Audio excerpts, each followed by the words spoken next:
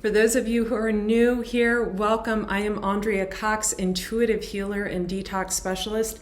I am about to share with all of you an herb that I use with my clients when they come to a detox retreat. I use it actually to cleanse them in the bathtub, and also they take it internally.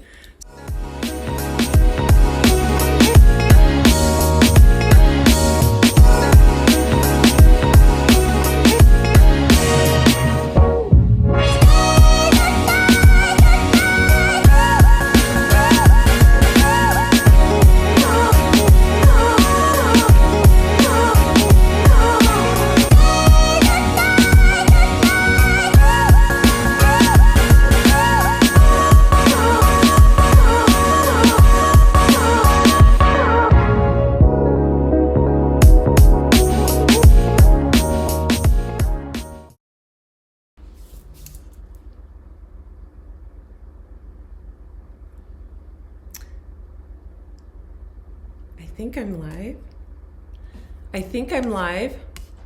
Let me make sure.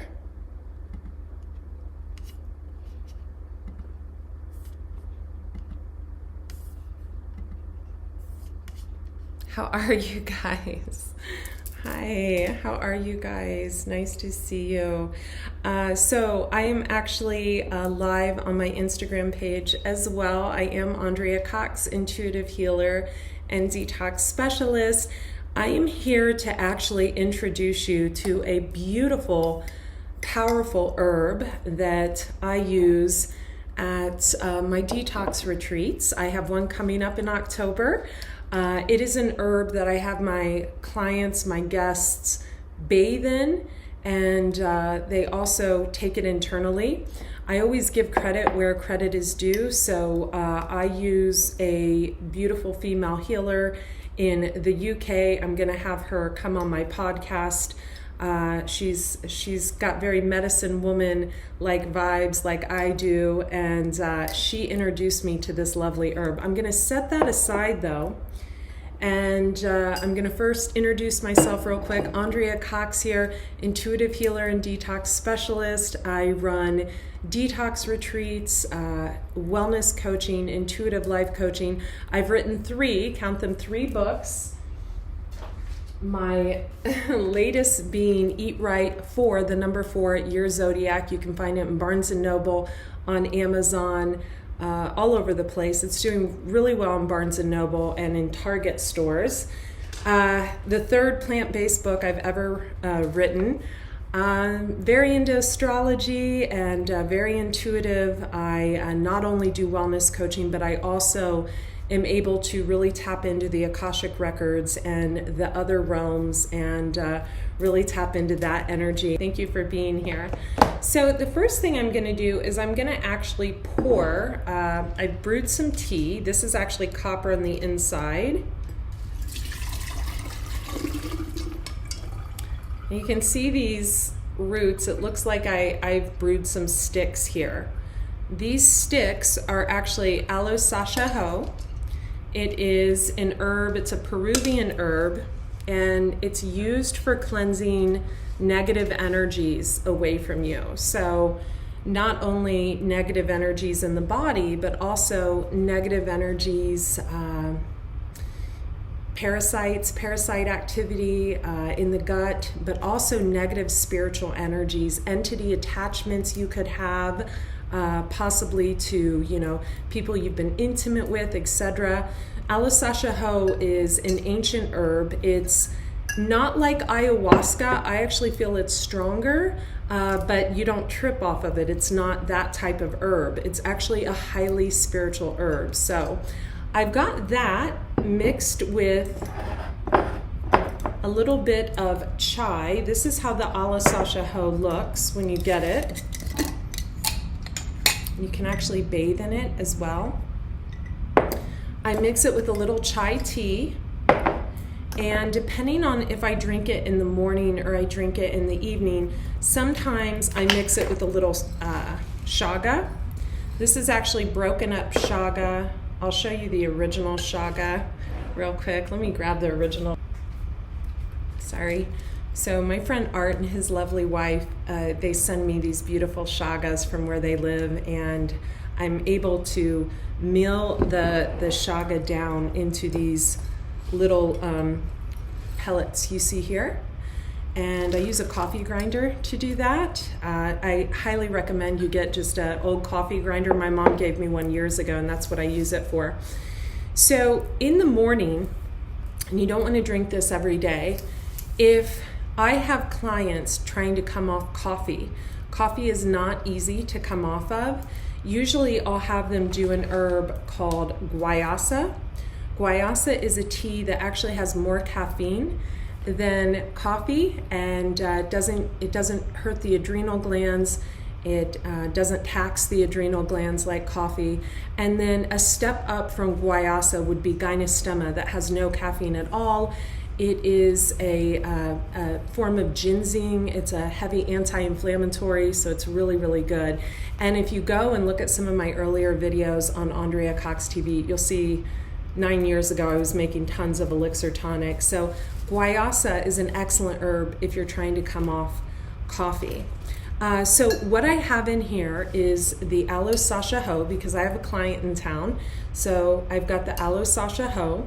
I've got the chai tea, because the aloe sasha ho has kind of a garlicky taste. It kind of tastes like you're making garlic soup, right? So I have that, and then I have a little chai tea with a little cinnamon in it. I've got some shaga. Shaga has so many medicinal healing properties to it. And I have a little bit of the guayasa because my client is coming off heavy coffee use along with other things. So let's talk about sweetening this elixir tonic. So I like to use a little bit of licorice root. Licorice root is really good for the adrenal glands. It's a natural sweetener. It has a very sweet taste. Other people may want to use things like raw honey. I have some wildflower honey here. I use it very sparingly because I'm vegan, so I don't like to use honey. I really love grade B maple syrup. Maple syrup actually is full of minerals, so some of you may want to use maple syrup. Sorry, you guys, I'm looking up at my Instagram when I look up. I also have a little bit of coconut oil. Now, why do we want to put a little bit of fat in this tonic? Well, medicinal mushrooms absorb better if there's enough fat in the brain to help them absorb. So the brain is made up of water, but when we don't eat enough healthy fats, these type of herbs really have a problem crossing the blood-brain barrier. So I like to mix it with just a little bit of coconut oil, not much. I'm going to use my chipped mug. Someone reached out to me and said a chipped mug will bring you bad abundance. Okay. So there we are. So if you were doing a cleanse with this herb, you would drink this at 6 a.m. and then on a full moon, you would actually bathe in this herb 3 nights in a row. And what I love about this herb is if you are someone that spends a lot of time, say online like I do, and jealous people are everywhere, and you can have people spiritually attacking you, giving you the evil eye. This is a form of protection from that. It's like a natural return to sender, right? So I drink this quite often. And I have a source that is like the source for the real thing. There's a lot of people that sell it online that just are not selling the real deal. So you want to be extra mindful. Thanks for all the hearts, you guys. Hi, Alan. Awesome, Alan. Okay, so I think it was Joe. Hey, Paige, good to see you. Post your questions now. So we're talking about aloe sasha ho. It is an herb, it's a spiritual herb, a Peruvian herb. A shaman I work with from the UK that I'm going to be having on the podcast has shared this with me, and she's amazing. I can't wait to introduce her to all of you. Very medicine woman-like myself. This is an herb that you brew. You can bathe in the herb. Usually the ceremony is 3 nights and then 3 times internally. You want to drink the herb at 6 a.m. You don't want to drink the herb later than 6 a.m. Some people report that they get visions or downloads with the herb. I have visions and downloads all the time, so I don't see a big difference. I mix it with fresh chai. You can see the chai that's been brewed right here. And also with a little bit of guayasa. Guayasa is my go-to replacement for any caffeine-related beverages. It just really, I feel, gives me a nice calm stimulation to get work done without that jittery feeling. I also grind up shaga. Thank you, Art and his lovely wife. I grind up shaga into little pellets like this, and I usually add that in. And then to sweeten it, I like to use just a little licorice root. Licorice root is a natural sweetener. You can also use honey or grade B maple syrup. Grade B maple syrup would be my preferred method because I'm a vegan and it's full of minerals. I love to add just a little bit of extra virgin raw coconut oil. I find that medicinal mushrooms really absorb more when they have some type of fat to bind to. I feel like they cross, I know that they cross the blood-brain barrier much quicker. And and it's delicious.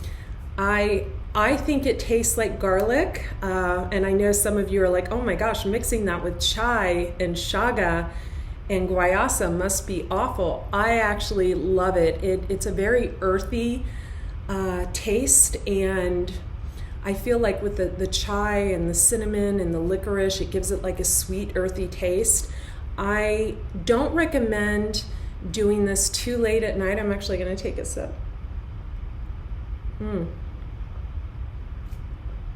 It's so incredibly good.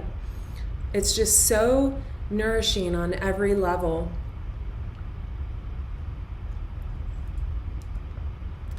Also, I recommend if you take it internally that you do a 14 to 21 day cleanse first, only eating plant-based foods, vegan foods, very uncooked diet, mostly raw diet, and that just allows it to kind of absorb better. As far as the question, so someone asked, is caffeine really that bad? Oh, thank you for saying you like my spirit. Joe Fox.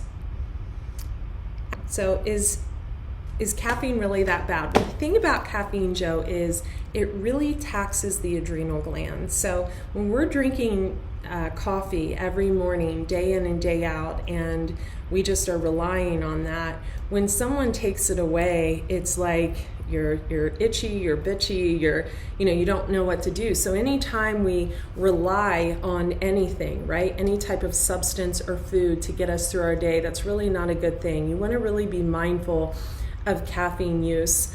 I always drink Gynostemma and Guayasa, and then I got in a relationship and he made the best coffee in the world, and for like a year or two I was really like loving what he made me. And now every once in a while I'll just have like a little sip of adaptogenic herb coffee, but really you want to be mindful of that. You want to stay away from the caffeine. Herbs like Guayasa and Gynostemma are really, really good for that.